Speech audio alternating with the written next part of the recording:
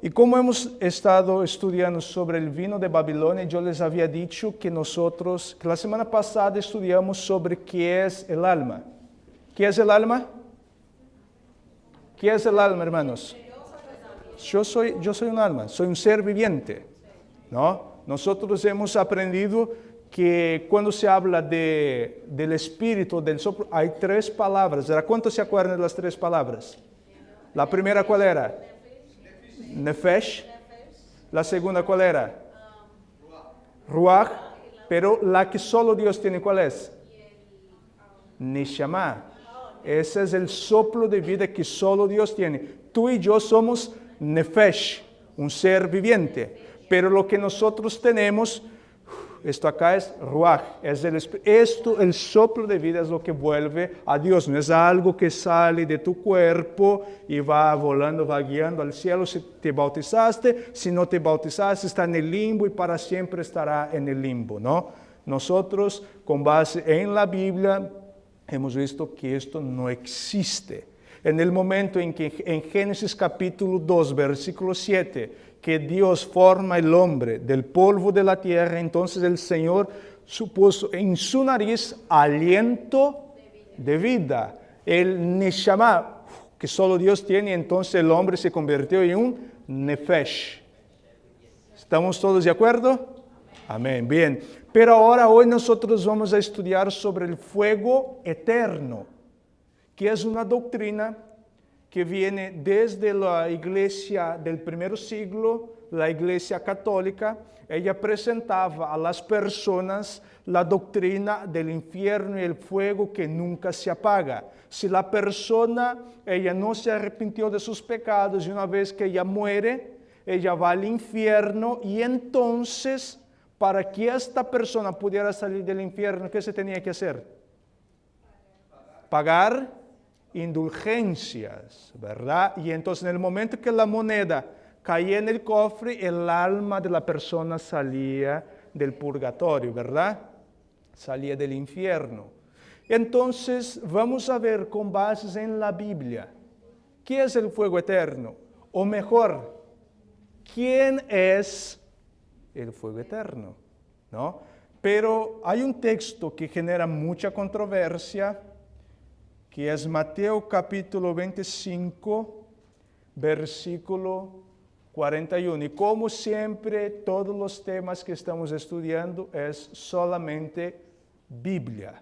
No vamos a usar citas del espíritu de profecía porque vamos a ver y dejar que la Biblia y solo la Biblia nos conteste en cuanto a esta creencia que tiene el mundo protestante, el mundo evangélico, en cuanto al fuego eterno, un fuego que nunca se apaga. Mientras ustedes están buscando este texto, esta doctrina del infierno, del fuego que nunca se apaga y que la persona está quemando constantemente, esta doctrina va totalmente en contra del carácter de Dios que el mundo cristiano predica.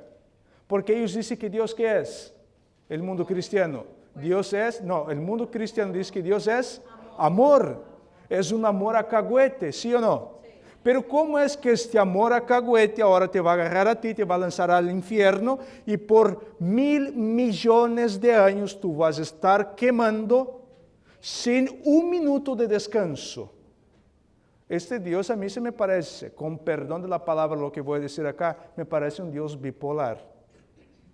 Un Dios que ama, un amor alcahuete, pero un Dios déspota y tirano que disfruta en ver las personas sufriendo eternamente.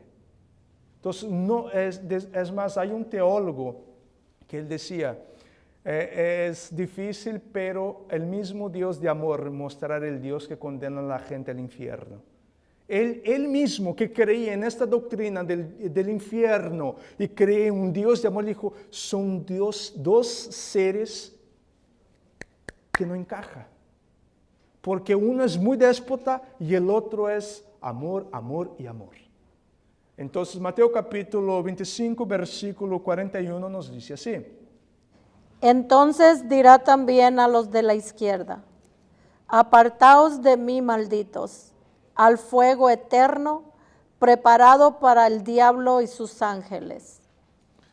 Gracias. Ahora vamos a brincar al versículo 46 del mismo capítulo que sigue el mismo principio. Mateo capítulo 25, versículo 46. E irán estos al castigo eterno y los justos a la vida eterna. Entonces miren acá, muchos dicen, ¿quieres un texto más claro que este? Aquí viene diciendo, fuego eterno, castigo eterno. ¿Cómo es que tú me vas a decir que la persona no va a estar ardiendo eternamente en el infierno? Esto es imposible. La Biblia es clara en decir. Como nosotros habíamos hablado la semana pasada, texto sin contexto es un pretexto. Hay que analizar este tema, pero juntamente con su contexto. ¿Y qué es lo que entonces cuando la Biblia nos habla del fuego eterno, cuando la Biblia nos habla del castigo eterno, debemos entender qué es lo que la Biblia quiere decir con esto? La palabra eterno en hebreo tiene dos aplicaciones, tiene dos palabras, tiene dos sentidos. Una de las palabras que es utilizado para eterno se pronuncia olam. Olam es algo que no tiene principio y no tiene fin. A este olam, él no se limita al espacio y al tiempo. Entonces se utiliza la palabra olam. Hay otra palabra que se utiliza para eterno, pero este eterno sí tiene un principio. Es eterno, pero tiene un principio y muchas de las veces tiene un fin. Pero también se utiliza la palabra eterno. Por ejemplo, no vamos a abrir, pero nosotros podemos ver en el pacto que Dios hizo con los levitas. Pregunto, ¿qué clase de pacto era este? Era un pacto eterno. Sin embargo, este pacto sigue hasta nuestros días. No, ya no. Era un pacto eterno, pero era un pacto eterno que tenía un fin. Dios no utilizó la palabra olam allí. Porque esta palabra olam, como ya les mencioné, no tiene principio y no tiene fin. Y entonces, pero para los levitas sí tenía un principio. Y este principio fue después que el pueblo salió de Egipto. Después que el pueblo sale de Egipto y después que Dios manda construir el tabernáculo, entonces ahora Dios hace un pacto. ¿Quién eran los únicos que podían entrar dentro del santuario y dentro del lugar santísimo? ¿Pero de qué tribu ellos eran? Los de Leví, eran los levitas. Este fue un pacto eterno, pero este pacto tiene un principio, pero este pacto llega a su fin. ¿En qué momento este pacto se rompe? Llega a su fin. Cuando nuestro Señor Jesucristo en la cruz del Calvario dijo, Padre, en tus manos entrego ¿qué? Mi espíritu, mi aliento de vida. Y entonces, ¿qué es lo que pasa dentro del santuario terrenal? En el lugar que separaba el lugar santo y santísimo, el velo se rompe, pero lo interesante es que este velo no se rompe de abajo hacia arriba, sino de arriba hacia abajo. ¿Quién estaba rompiendo este velo? El mismo Dios. Es decir, que el pacto que Dios había hecho se terminó porque el verdadero Cordero entregó su vida.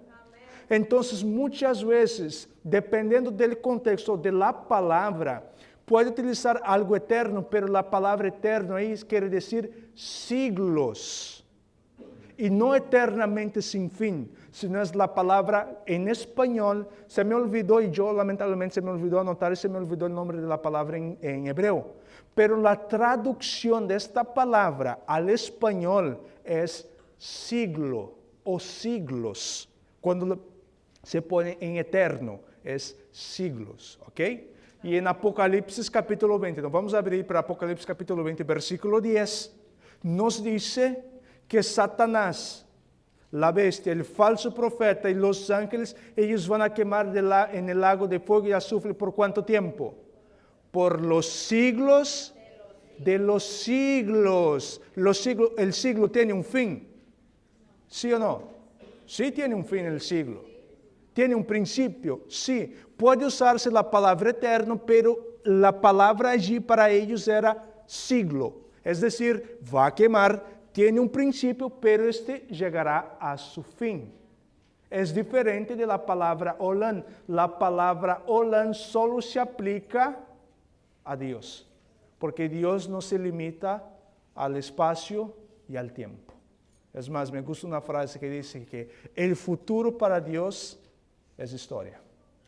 Para ver cómo Dios no se limita como nosotros al espacio y al tiempo. ¿Les quedó claro este punto aquí? Sí, amén. ¿Podemos cerrar la Biblia y irnos entonces? Vayamos para que veamos esto de eterno. Hay un texto que nos va a ayudar a entender, que es Judas. Vayamos a Judas 7. Judas solo mencionamos el versículo porque solo tiene un capítulo. Judas 7 entonces aquí nos va a mostrar y nos va a ayudar a entender este principio de eterno. Judas capítulo 1, versículo 7. Como Sodoma y Gomorra y las ciudades vecinas, las cuales, de la misma manera que aquellos, habiendo fornicado e ido en pos de vicios contra naturaleza, fueron puestas por ejemplo, sufriendo el castigo del fuego eterno. ¿Qué clase de fuego fue lo que sufrió Sodoma y Gomorra? El fuego eterno. Ahora la pregunta es, ¿Sodoma y Gomorra sigue ardiendo hasta nuestros días? No. Entonces el eterno aquí es la palabra siglo, ¿ok? No es Olam. Es más, tú puedes visitar donde se encontraba Sodoma y Gomorra, el valle de Gomorra. ¿Y qué es lo que encontramos allá hoy en día? Ruinas y el mar muerto. Y cuando tú llegas al mar muerto, ¿qué es el olor que sientes? ¿Sabes de qué es? Azufre. ¿Y qué es lo que está flotando y flotando allá en el mar muerto? Sal. Curioso que la esposa de Lot, en el momento que sale y vuelve hacia para atrás, ¿en qué se convierte? Estatua de sal. Vayamos a Mateo capítulo 5, versículo 22. Mateo capítulo 5, versículo 22. ¿Todos encontraron? Ok, vamos a esperar que todos hayan encontrado para que, igual que la semana pasada, para que podamos todos juntos estar en la misma página, ¿ok? Escucho algunas hojas todavía, del lado derecho, del lado izquierdo y allá atrás también.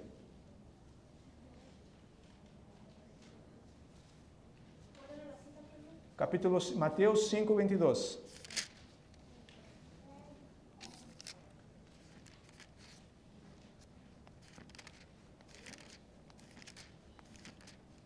¿Ya?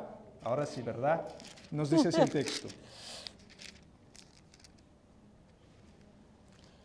Pero yo os digo, ¿sí estoy bien? Sí. Pero yo os digo que cualquiera que se enoje contra su hermano será culpable de juicio. Y cualquiera que diga necio a su hermano será culpable ante el concilio.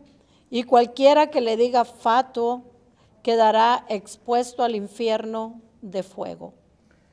Miren acá entonces, el Señor Jesucristo, Él viene hablando del infierno. Todos aquellos que sean culpables del juicio final, ¿a dónde serán lanzados? Al fuego. Pero Él utiliza la palabra infierno. Esta palabra infierno aquí, para los judíos, ¿no? Era la palabra Gehenna. La palabra Gehenna también se puede aplicar al valle de Hinnom.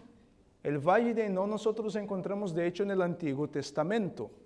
En este valle, el rey Acaz, él hacía sacrificios de niños, pasándolos por fuego. Y nosotros encontramos en el libro de Deuteronomio que el Señor habla a Moisés y Moisés habla al pueblo que dentro en medio del pueblo no debería existir nadie que hiciera pasar su hijo por fuego. Y ahora viene Acaz y él empieza a sacrificar a los niños al dios pagano Moloch. Y los sacrificaba, entonces agarraban niños recién nacidos. Imagínate tú agarrar una criatura de unos días de vida y ponerlo en el altar y prender fuego. Eso era lo que ellos hacían en el valle de Hinón. Y entonces aquí ahora, pero este valle de Hinón tú lo encuentras, hasta el día de hoy tú puedes encontrar este valle en Jerusalén. Él está al sur de Jerusalén, allí. Pero en el tiempo de Jesús, este valle se convirtió en un basurero. La gente agarraba todos los desechos y los tiraban en este valle.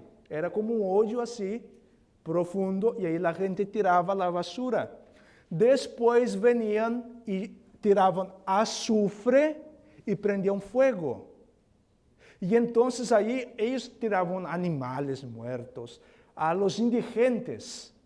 Ellos tiraban allí también, porque había gente que pues vivía en la calle, no tenía dinero para mandar perforar la roca para tener una sepultura, y entonces moría y se quedaba tirado en la calle. Para no quedarse el cuerpo tirado en la calle, entonces venían ellos y los aventaban en este basurero. Y entonces ahí empezaron a utilizar esta palabra y empezaban a llamar eso, ¿sabes cómo? Infierno. Y el fuego que no se apaga. Porque como ellos tiraban azufre, el fuego no se apagaba hasta que no se terminara de consumir lo que estaba allí. Y entonces ahora Jesús, hablando a su pueblo, él utiliza este valle, el valle de Hinón, como un símbolo del juicio final, donde serán lanzados Satanás, sus seguidores, en el lago de fuego y azufre. Pero Jesús no está hablando del infierno, algo que está en el centro de la tierra, y allá está Satanás, el diablo, con un tridente picando a la gente. No, era un valle que estaba fuera de Jerusalén, que hasta el día de hoy existe este valle al sur de Jerusalén. Y entonces ahí se tiraba todo lo que no servía más, se tiraba en este lugar, prendían fuego y tiraban azufre para que el azufre ayudara a consumirse pronto y que el fuego no se apagara.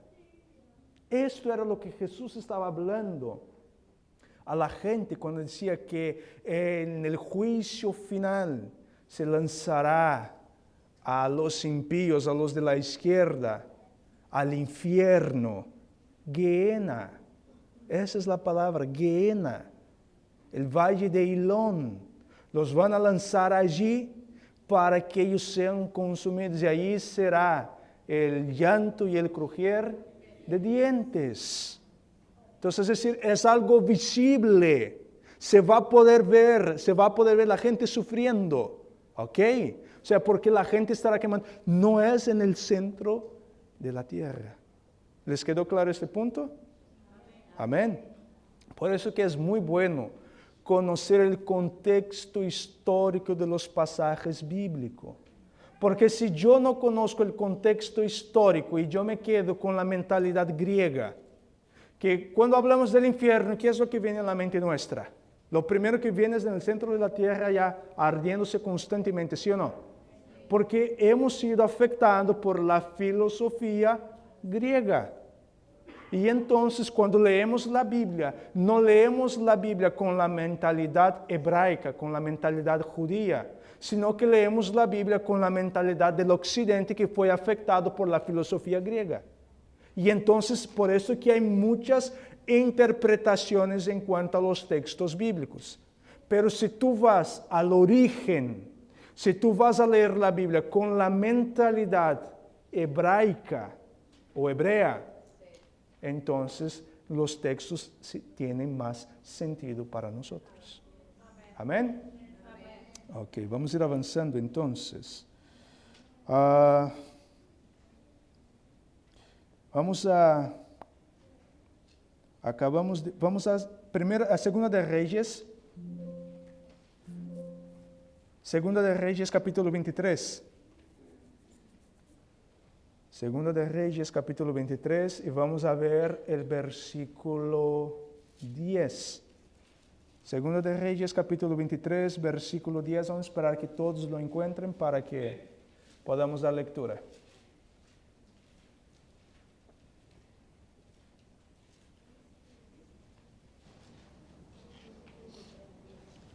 Encontrado, versículo 23, versículo 10. Amén o misericordia. Segunda de Reyes, ¿desapareció de alguna Biblia aquí? No, ¿verdad? Ok, y el que no encuentre, pues está en pantalla también, puede leer, ok. Y nos dice así. Asimismo, profanó a Tofet, que está en el valle del hijo de Hinnom, para que ninguno pasase su hijo o su hija por fuego a Moloc. Ok, bueno, entonces como ya mencioné a ustedes, aquí está lo que ellos hacían, el valle de Hinnom, que está al sur de Jerusalén. ¿Y cuál era la costumbre de la gente? Pasar por fuego a los niños, pasar por fuego a la gente, sacrificándolos a Moloc. Y entonces ahí viene el rey Josías y él profana, la Biblia dice, él profanó este altar. Cuando dice profanar, es él tumbó los altares y quitó la falsa adoración y la idolatría en el medio del pueblo de Dios. Pero entonces cuando Jesús habla del infierno, en Mateo capítulo 5, versículo 22, está hablando de este valle, el valle de Hinnom, donde la gente sacrificaba a sus hijos a Moloc. Y ahora esto en el futuro se convirtió en un basurero y donde la gente quemaba los desechos de la ciudad. Y este fuego ardía de día y de noche. No se apagaba, no porque era algo eterno. El fuego no se apagaba porque tenía algo que consumir. En el momento que la materia se acaba, el fuego se apaga. Vamos a ver otro texto aquí. Vayamos a Jeremías capítulo 17, versículo 27. Jeremías capítulo 17, versículo 27. Y miren acá, entendiendo estos conceptos, estos principios acá, ahora cuando tú lees la palabra infierno, tú ya vas a entender a qué el Señor Jesucristo se estaba refiriendo. Y entonces es más fácil poder explicar, porque ahora tú tienes el contexto histórico, el por qué utilizaban estas expresiones, por qué hablaban así. Hay que entender que cuando la iglesia apostólica empezó, la mayoría de los creyentes no eran judíos, sino que eran gentiles. Y los gentiles creían en el infierno donde la gente estaba quemando eternamente.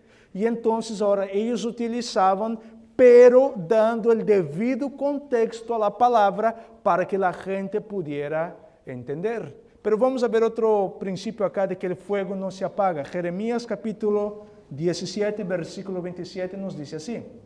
Pero si no me oyereis para santificar el día de reposo y para no traer carga ni meterla por las puertas de Jerusalén en día de reposo, yo haré descender fuego en sus puertas y consumirá los palacios de Jerusalén y no se apagará. Viene diciendo que el fuego que iba a destruir a Jerusalén, este fuego no iba a pasar. ¿Qué con este fuego? No se iba a apagar. Pero debemos entender algo. Jerusalén fue quemada 2 veces. La primera vez en el año 538 a.C. por los babilonios. Viene Nabucodonosor, sitió la ciudad, llevó a algunos cautivos a Babilonia, robaron todo el oro de Jerusalén. ¿Y qué hacen? Destruyen la ciudad, destruyen el templo y prenden fuego a la ciudad. Después, Jerusalén fue una vez más sitiada y destruida en el año 70 por el Imperio Romano. Y una vez más, la ciudad es incendiada. Jeremías dice, y el fuego no se apagará. Pero Jerusalén no sigue ardiendo hasta nuestros días. El fuego no se apagará, aquí quiere decir no se apagará mientras tenga lo que consumir, lo que quemar. Una vez que terminó de quemar las cosas, pues se apaga. Miren, dar una ilustración acá para que podamos entender bien. ¿Alguien aquí tiene el iPhone 15? Usted. El iPhone 15 tiene una aplicación que la pantalla nunca se apaga. Por ejemplo, los más antiguos, ¿no? Se apaga. Ahora, mira, él se apaga. Pero el nuevo iPhone no se apaga. Es decir, que el iPhone nunca en la vida se va a apagar. No. ¿Cuándo es que el iPhone se va a apagar? En el momento que se acabe la batería. Se acaba la batería, entonces la aplicación dice, y el iPhone no se apagará mientras tenga ¿qué? Carga, mientras tenga batería. En el momento que se acaba la batería, el iPhone 15, ¿qué pasa? Se apaga. De igual manera es con el fuego que no se apagará. El fuego no se apagará. No está diciendo que la palabra olán es siglos o siglo. No se apaga mientras tenga que quemarse en la ciudad. Y con este concepto entonces podemos entender el libro, no vamos a abrir, pero Isaías capítulo 66 que dice que su fuego no se apague y su gusano nunca muere. No quiere decir que el gusano vive eternamente y que el fuego quema eternamente. No, el gusano no se muere mientras tenga que comer. El fuego no se apaga mientras tenga que quemar. En el momento que el cuerpo deja de existir, los gusanos pues van a morir. Y el fuego se va a apagar. Entonces es en este sentido, no se apagará, no es olán, es la palabra siglos. ¿Okay? Él se va a seguir quemando, el gusano va a seguir alimentándose hasta que toda la materia deje de existir. Vamos a ver otro texto aquí y nos va a ayudar a entender bien. Malaquías capítulo 4, versículo 1. Vayamos a Malaquías, es el último libro del Antiguo Testamento. Si tú estás en Mateo, vuelve una página y estás en Malaquías. Malaquías capítulo 4, versículo 1. Vamos a esperar que todos encuentren este texto.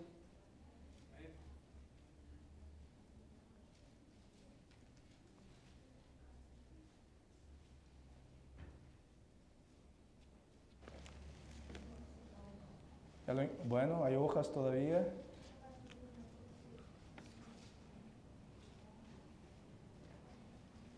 Aquí vamos a hacer como Moisés. Moisés, cuando sacó el pueblo de Egipto, Moisés no iba en el paso de los más jóvenes, sino Moisés seguía el paso de los más ancianos. Iban despacio. Y de igual manera aquí, nosotros vamos a ir al tiempo de ustedes. Cuando ustedes lo encuentren, damos lectura. ¿Lo encontraron? 4:1. Amén. Entonces nos dice así. Porque he aquí, viene el día ardiente como un horno, y todos los soberbios y todos los que hacen maldad serán estopa. Aquel día que vendrá los abrazará, ha dicho Jehová de los ejércitos, y no les dejará ni raíz ni rama. Aquí nos viene diciendo que en el gran día del Señor, aquí cuando dice en el día del Señor, no se está refiriendo al sábado, ¿ok? Se está refiriendo a la tercera venida del Señor, porque hay que tener algo bien en claro, en la segunda venida de Cristo nadie será quemado, ¿ok? Es en la tercera venida de Cristo que Él viene ahora para destruir a pecado y pecadores.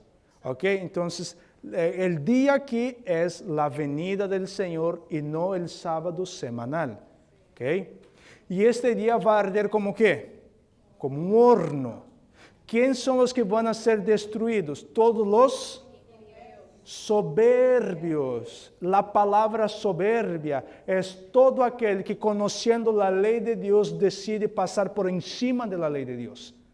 Aquel que no quiere seguir consejos, aquel que es autosuficiente. Y la palabra de Dios nos dice que Satanás es padre de todo orgulloso y soberbio. Todo aquel que se cree mejor que los demás, se cree autosuficiente, que nadie le puede enseñar nada porque él es el sábelo todo, ese es un soberbio. Y la Biblia dice que esta persona es hijo de Satanás. Mire qué serio es esto. Y ven diciendo que esos son los que van a sufrir en la tercera venida de Cristo. Pero aquí viene diciendo que no quedará raíz ni rama. ¿Quién es la raíz aquí? Satanás, no es Cristo, ¿ok? Satanás. Las ramas, ¿quiénes son? Los seguidores de Satanás, es decir, todos van a ser destruidos. Pero vamos a seguir porque el texto nos va a traer más luz todavía.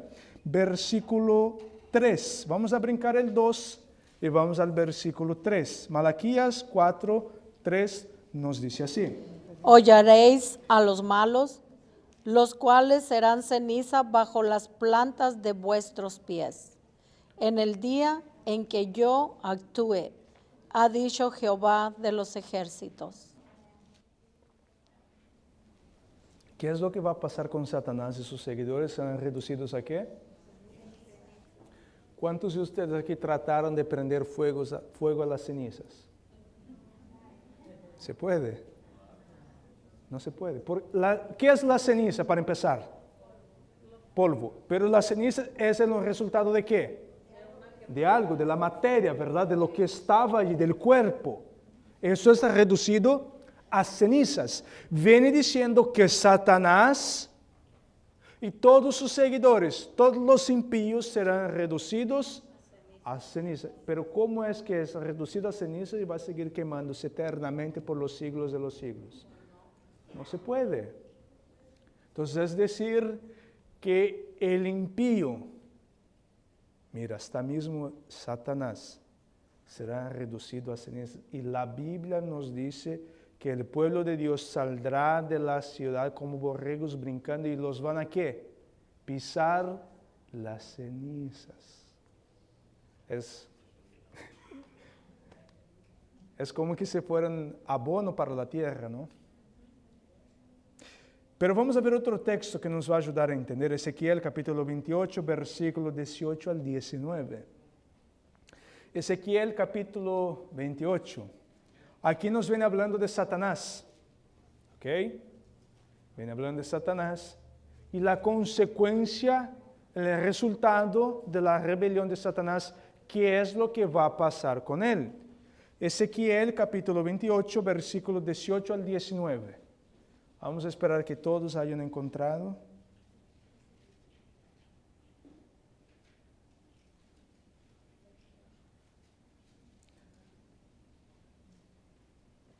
Ok, y nos dice así el texto. Con la multitud de tus maldades y con la iniquidad de tus contrataciones, profanaste tu santuario. Yo, pues, saqué fuego de en medio de ti, el cual te consumió, y te puse en ceniza sobre la tierra a los ojos de todos los que te miran. Todos los que te conocieron de entre los pueblos se maravillarán sobre ti. Espanto serás y para siempre dejarás de ser. El contexto aquí nos viene hablando del querubín. ¿Cuál era la función de Satanás en el cielo? Querubín protector, él estaba en la presencia de Dios. Cuando dice que profanaste tu santuario, viene hablando del santuario celestial. Satanás profanó. ¿De qué manera fue que Satanás profanó el santuario? Porque él fue el primer pecador en la historia del mundo. Y entonces la Biblia nos viene diciendo aquí entonces que porque él profanó el santuario, él profanó la casa de Dios, Dios lo echará y ahora Dios lo va a destruir y lo va a convertir ¿en qué? En cenizas. Y la palabra dice, y para siempre dejarás de qué? de existir, de ser. ¿Cómo es que algo deja de existir para siempre, pero sigue quemando eternamente? No se puede. Entonces ven diciendo que hasta mismo Satanás, él tendrá un fin. ¿Ok? Y viene diciendo que las personas se van a admirarse de ver las cenizas de Satanás. Entonces es decir, que ni siquiera el mismo diablo, él va a quemarse eternamente. Él tendrá un fin. Amén. Él dejará de existir. Raíz y ramas van a desaparecer. Entonces es decir, no van a seguirse quemando eternamente. Es más, no vamos a abrir, pero hay un texto que nos ayuda a entender, porque viene diciendo que, 2 de Pedro, capítulo 2, versículo 6, no necesitan abrir, pero viene diciendo que el Señor ha puesto a Sodoma y a Gomorra como ejemplo a las ciudades a los que iban a vivir en los últimos días, pero de una vida, vivir impiamente en los últimos días. Y el Señor redució a Sodoma y a Gomorra ¿a qué? A cenizas. Y esto es un modelo, un ejemplo de las ciudades, de las naciones impías que iban a vivir en los últimos días. Que así como fue con ellos, será en los últimos días. Y aquí estamos viendo que ellos serán reducidos a cenizas. Ojalá que esto no se aplique a nosotros. Pero entonces, ahora tenemos que ver algo.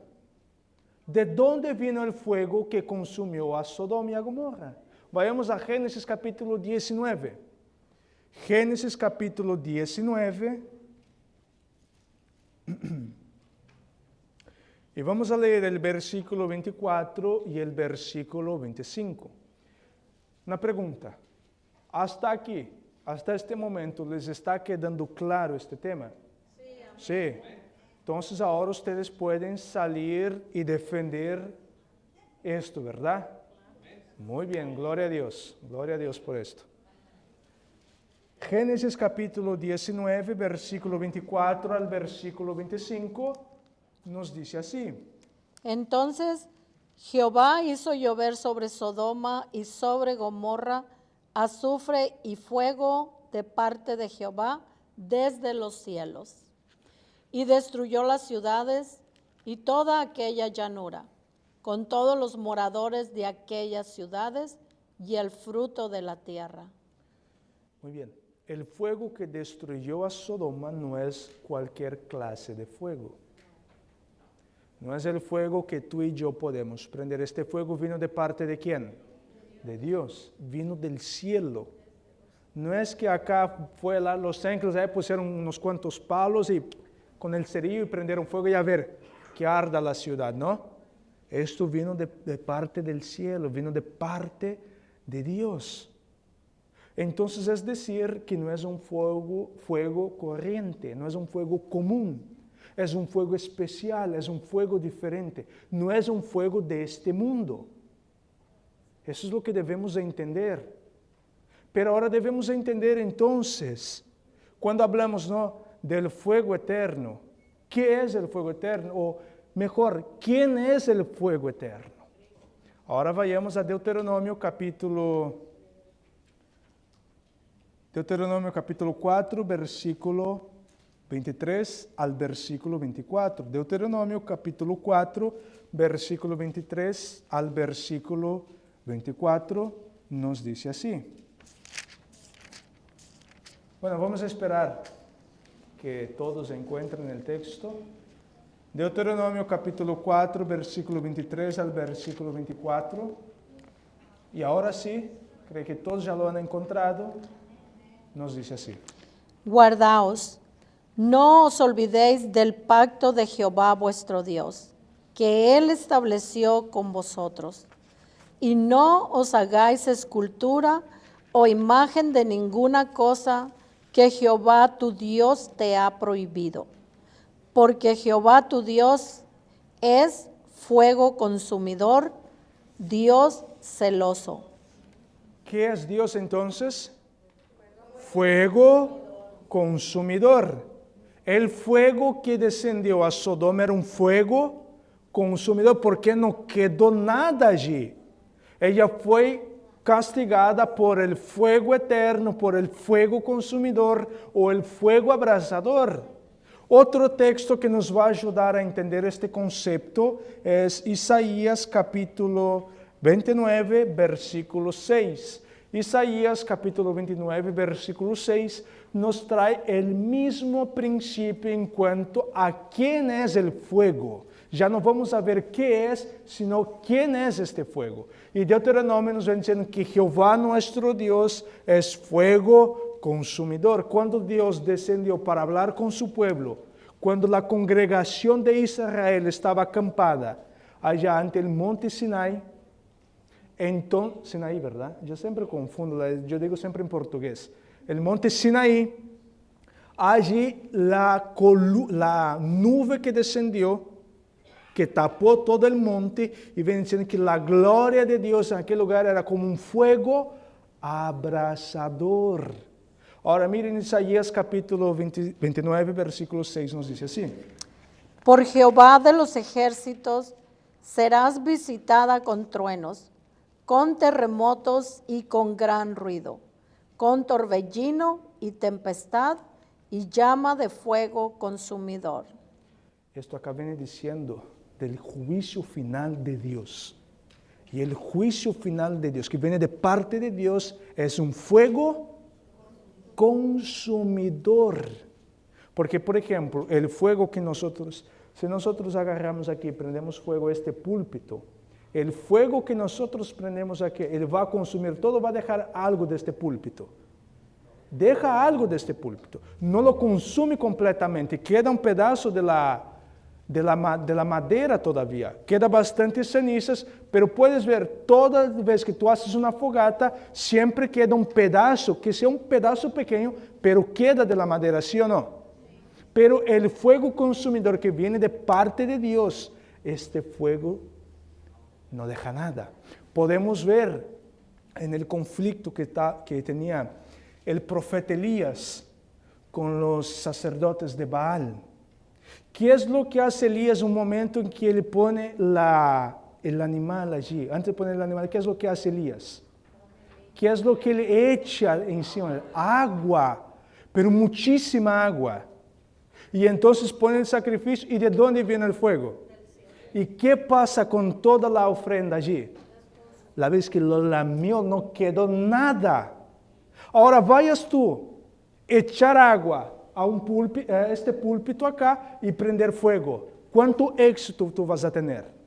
Nada, porque este fuego que nosotros prendemos las cosas es un fuego común, es un fuego corriente. Pero el fuego de Dios es un fuego consumidor, destruye, deja sin nada. Eso es lo que Dios hace con el pecado. Y aquí Isaías viene diciendo que cuando Dios venga para visitar y castigar a los impíos, el fuego que va a venir es un fuego consumidor. Amén. Vayamos al libro de Amós. Amós está entre los profetas menores. Cuando yo digo profetas menores, no estoy hablando de menores en sentido de importancia, ¿ok? Sino que son libros más pequeños que los otros profetas. Amós capítulo 5, versículo 6. Amós capítulo 5, versículo 6.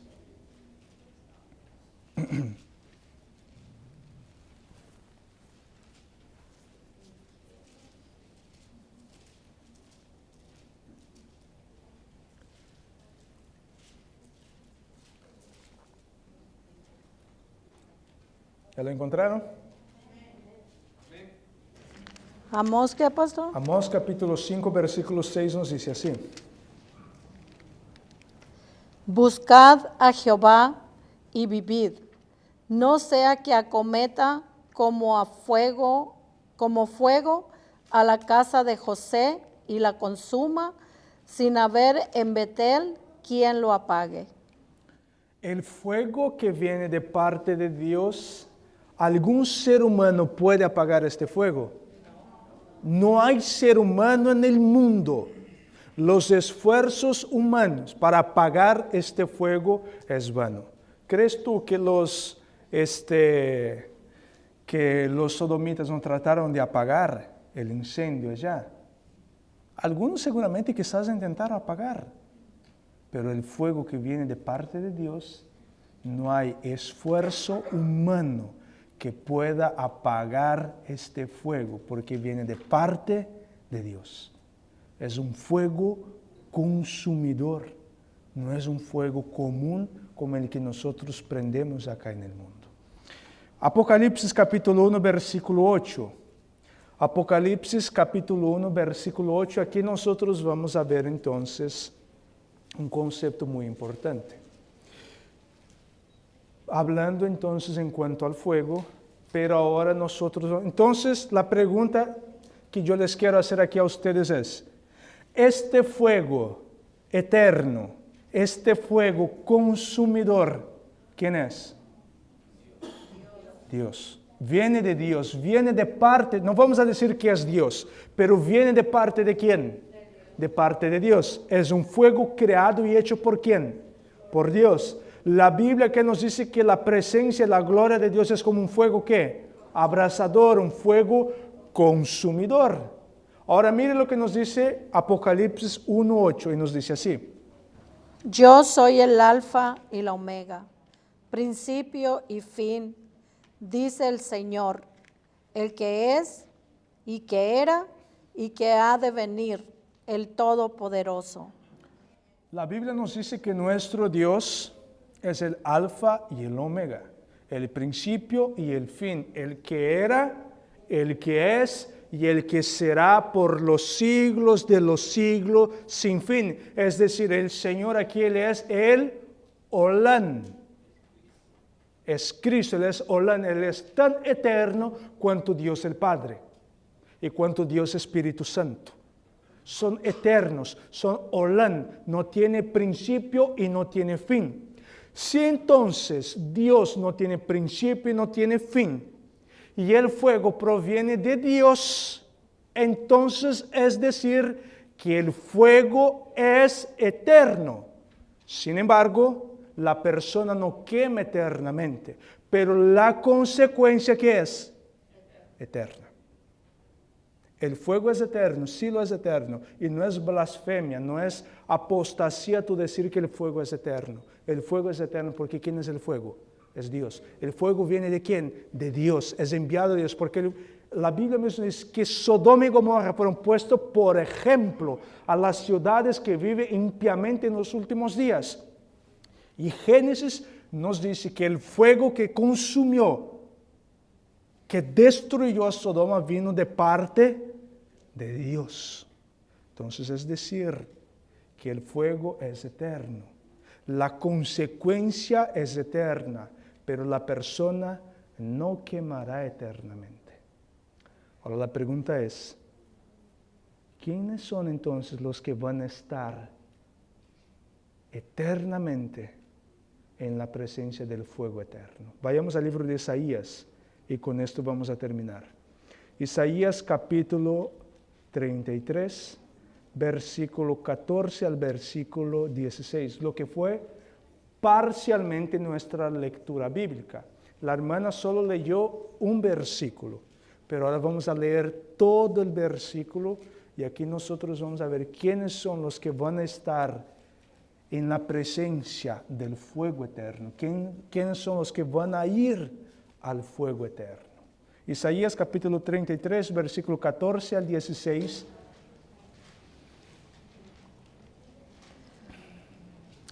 Nos dice así.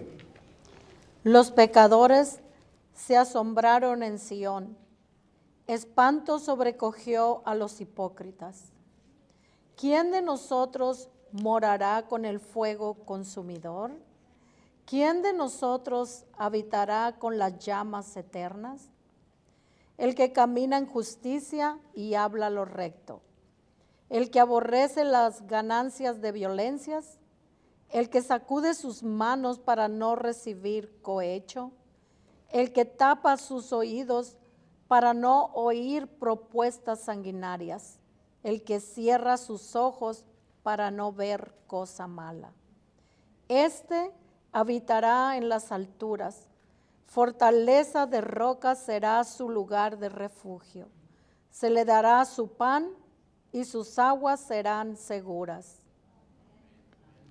El mundo protestante, el mundo evangélico está y quieren evitar el fuego eterno.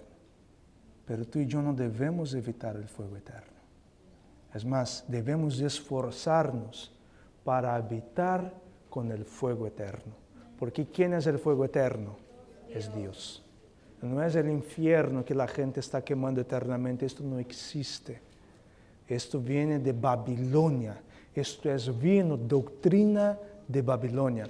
Pero aquí viene mostrando las características de aquellos que van a habitar en la presencia de las llamas eternas. Van a estar con el fuego eterno. Aquel que tapa sus ojos para no mirar la iniquidad. Aquel que tapa sus oídos para no escuchar propuestas indecentes. Aquel que tapa sus labios para no pronunciar blasfemias. Estos son los que van a vivir en la presencia del fuego eterno. No es cualquier persona, porque ¿dónde está Dios? Allí no puede existir pecado. Si Dios está en un lugar, todo lo que es pecado o que tenga cualquier, lo mínimo de pecado es destruido. Y es por esta razón que tú y yo debemos consagrar nuestras vidas, no para evitar el lago de fuego y azufre, sino para poder ir a la presencia del fuego eterno. Pero no es cualquier persona que puede entrar allí. Este lugar está reservado para un grupo selecto. Este lugar está reservado para un grupo muy especial. No es cualquier persona que puede estar en la presencia de Dios, porque donde hay pecado, la palabra pecado y Dios, la santidad de Dios va a consumir el pecado. Si tú y yo no consagramos nuestras vidas a Dios, si no nos dedicamos a prepararnos, tenlo por seguro, que cuando Dios manifieste su gloria, cuando Dios se manifieste en venir a este mundo, muchos creyentes, muchos aquellos que estuvieron sentados dentro de la iglesia, van a mirar a los montes y a las peñas y van a clamar y van a gritar, caed sobre nosotros y escondednos de la ira del Cordero, porque su día ha llegado y ¿quién nos librará? Es por esta razón que la oportunidad de salvación es hoy. El día es hoy, es ahora. Por eso que a mí me encanta la canción de Guillermo Miller. El día es hoy, hasta que venga el Rey. Tú tienes que prepararte hoy. Mañana es un misterio. Tú y yo no sabemos el mañana. Ayer es un pasado. Tú no eres museo para vivir de pasado.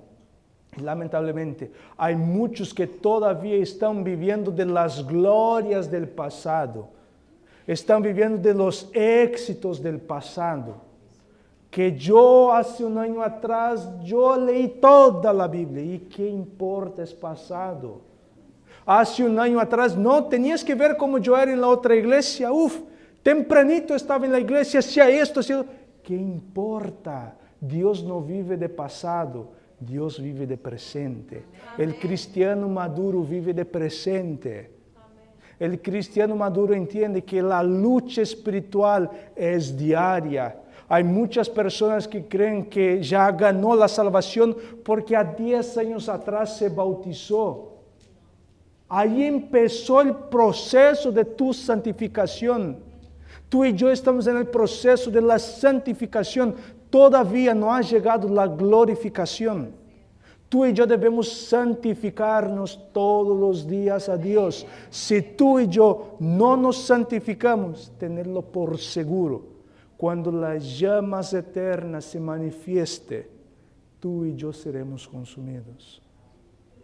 Pero si tú y yo nos consagramos al Señor, igual ahora allá afuera, platicaba con un hermano y yo le decía, la vida del cristiano es diaria. La consagración del cristiano es diaria. Un día que tú no te consagres, un día que tú no tomes un tiempo para pasar con Dios es un día perdido. y es un león caminando suelto por la calle esperando a quien golpear. Esa es la vida del cristiano cuando él no se consagra a Dios. Nuestra vida va a estar llena de resentimientos, llena de enojos, llena de frustraciones, porque este día no he entregado mi vida al Señor. Pero en el momento que yo entrego mi vida a Dios, ahora no voy a ser yo, sino es Cristo viviendo en mí. Y ya no viviré más yo, sino Cristo vive en mí. Solamente estos son los que van a poder estar en la presencia del fuego eterno.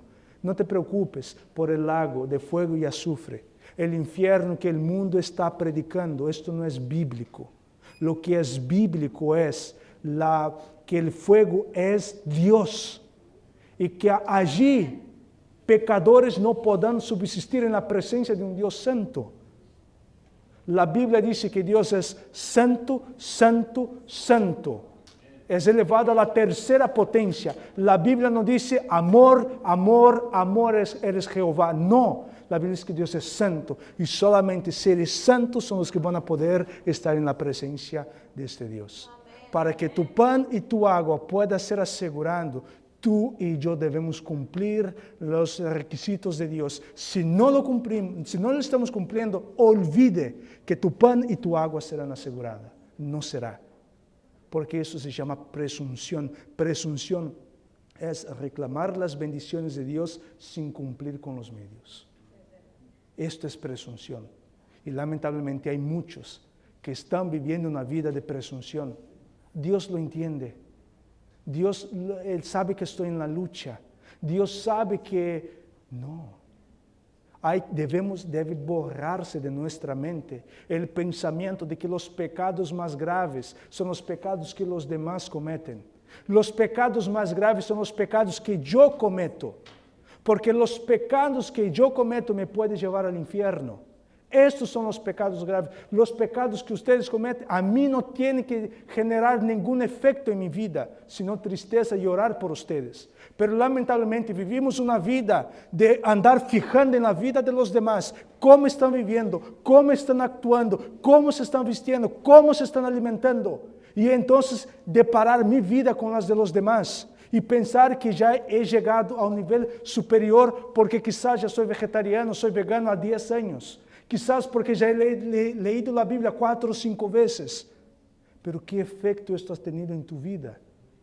¿De qué me sirve haber leído la Biblia 10 veces si yo no estoy viviendo lo que la palabra de Dios me dice? De nada me sirve. ¿De qué me sirve ser vegetariano? Ser vegano. Pero todos los días estoy comiendo taco al pastor, taco de lenguas. ¿De qué me sirve esto? Estar hablando de los demás, freyendo a los hermanos con aceite caliente, con mi lengua. ¿De qué me sirve esto? Esta persona no va a entrar en el cielo. Así le digo de claro y sencillo a nosotros. No entraremos en el cielo mientras en nuestra vida tenga el espíritu de crítica, el espíritu de sentirnos superiores a los demás. Porque los que van a entrar en el cielo son los que tapan su boca para no decir nada malo. Son los que luchan mentalmente para no pensar nada malo de los demás. Estos son los que van a estar en la presencia del fuego consumidor. Y mis queridos hermanos, yo puedo decir esto sin lugar a duda. A todos nosotros nos falta. A todos. Empezando por el que vos habla. Si no nos consagramos, si no nos preparamos, si no nos dedicamos al Señor, tenlo por seguro. Cuando el Señor Jesucristo se manifieste, ay de aquellos que no se prepararon. Lo que les esperará es algo muy doloroso, muy triste. Porque aquellos teniendo la oportunidad de salvarse, no se salvaron. Que el Señor nos ayude, que el Señor nos dé de tu Santo Espíritu, para que el Santo Espíritu de Dios nos conduzca. Y que podamos decir como Pablo, Cristo en mí, Cristo en nosotros, nuestra esperanza de gloria o nuestra esperanza de glorificación. Que el Señor Jesucristo los bendiga y les guarde. Este es mi deseo y mi oración. Y los invito a que nos pongamos de rodillas para finalizar con una oración.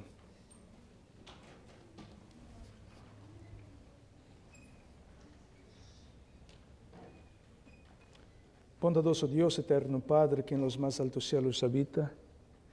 En este momento, Señor, te agradecemos porque en tu palabra hemos podido ver quién es el fuego eterno. Y eres tú. Y que tú deseas, Señor, que cada uno de nosotros vayamos a vivir, a habitar con las llamas eternas. Pero, Señor, aquí hay características de aquellos que van a estar en tu presencia. Que vengamos a tapar nuestros ojos, Señor, para no mirar la iniquidad. Que vengamos a tapar nuestros oídos para las propuestas indecentes. Vengamos a tapar, Señor, nuestros labios, que es lo más difícil, Señor, controlar nuestros labios, para no blasfemar contra ti, para no hablar de los demás. Que vengamos a consagrar nuestras vidas, que vengamos a consagrarnos diariamente, Señor, a entender que la lucha del cristiano es algo diaria, es de todos los días. Y así, Señor, prepararnos para la vida eterna.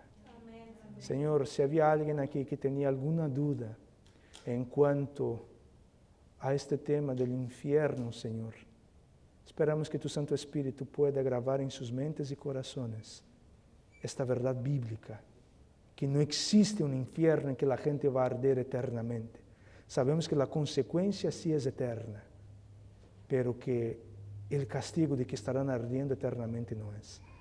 Y pueda, Señor, también grabar en la mente de aquellos que en algún día van a compartir esta verdad bíblica con los demás. Que no sean ellos hablando, sino que seas tú hablando por intermedio de cada uno de nosotros. Santo Dios, todas estas bendiciones nosotros te pedimos y agradecemos. Y esta oración hacemos a través de los dones y los méritos de nuestro Señor y Salvador Cristo Jesús. Amén.